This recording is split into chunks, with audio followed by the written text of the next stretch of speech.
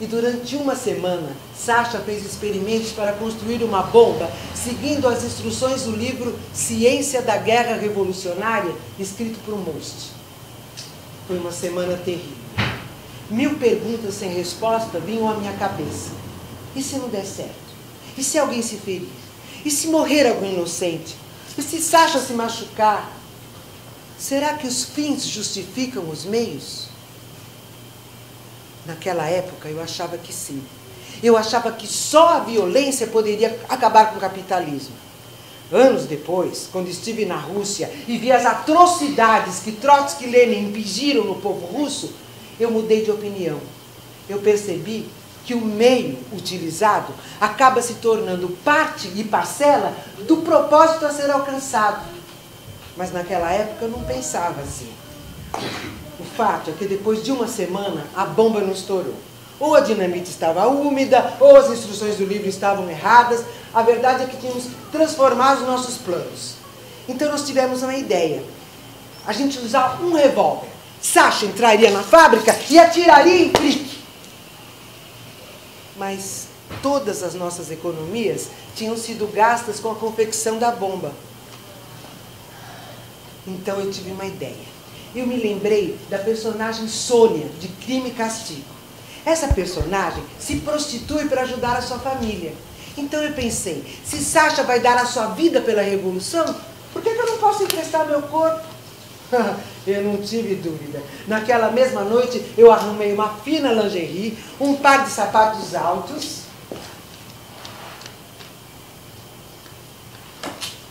e fui me juntar à procissão das prostitutas da Rua 14.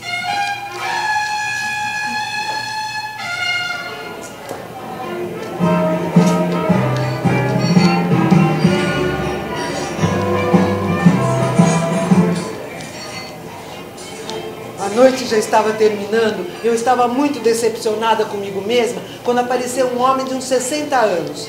Eu tinha 23 naquela época. Ele me convidou para tomar uma cerveja e eu aceitei. Então ele me disse: você não tem futuro para essa profissão. Tá na cara que você é uma amadora. Não provoca garra, não provoca excitação. Eu acho que você está fazendo isso aí só pelo dinheiro. Mas, meu senhor, qual dessas moças não faz isso por dinheiro? Eu fiquei com vontade de fazer um belo discurso para ele, mas eu não podia deixar ele perceber que eu era Emma Goldman, a anarquista.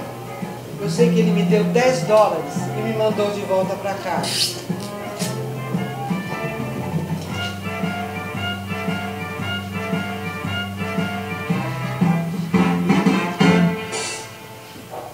Meu último recurso foi escrever para minha irmã, dizer que eu estava doente e que precisava de dinheiro.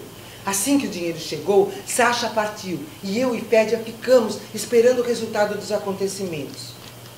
No dia 23 de julho de 1892, Fédia invade meu quarto com um jornal na mão. A manchete dizia: um jovem rapaz chamado Alexandre Bergman, atira em Flick. O assassino é dominado pelos trabalhadores depois de uma luta desenfreada. Esse jornal está mentindo? Não é possível. Então Sasha fez isso pelos trabalhadores e eles o dominaram?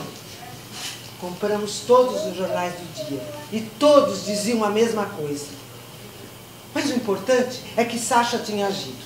Frick não tinha morrido, mas com certeza não iria durar muito tempo. Sasha foi condenado a 22 anos de prisão. Eu continuei em liberdade. Ninguém pôde provar qualquer vínculo entre o atentado e eu. Mas fui perseguida e vigiada. Eu fui despejada do lugar onde eu morava. Eu passei dias procurando um outro lugar para morar, quando uma vez, passando numa rua não muito longe da Terceira Avenida, eu vi uma placa que dizia: aluga-se quartos. Entrei, perguntei, eles não exigiam documentos e cobravam $4 por semana. Aí eu imediatamente aluguei um quarto e fui me deitar. Eu estava morrendo de cansaço. Fazia dias que eu estava dormindo em bondes por não ter onde morar. Mas no meio da noite, alguém bate na porta. Elizabeth, é você? Você vai demorar muito com isso? Você falou que eu era para chegar às 8, já são 8h20. Meu senhor, o senhor se enganou de quarto. Aqui não tem nenhuma Elizabeth. Daqui a pouco, bateram de novo, procurando por Clotilde, e depois por Mildred, e depois por Rose. Então, eu percebi que eu estava morando no bordel. Aquelas moças não acreditavam que eu não estava ali para ganhar a vida. Eu logo me tornei amiga e conselheira de muitas delas, e elas me traziam algumas costuras para eu ganhar algum dinheiro. Ai, a solidariedade delas era maravilhosa. Pena que esse tempo durou tão pouco.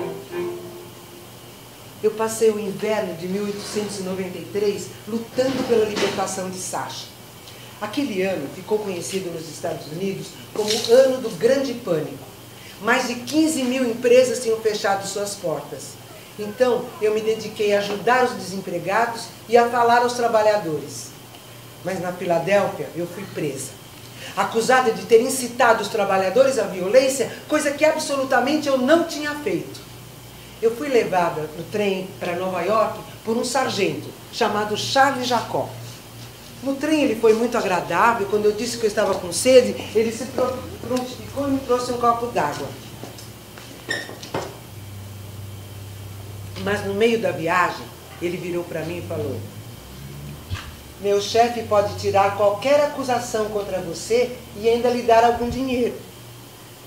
Basta você colaborar com a gente e nos deixar informados sobre as atividades dos rebeldes americanos. Meu sangue subiu! Eu não tive dúvida, eu peguei aquele copo d'água e dei um banho de água fria na cara dele.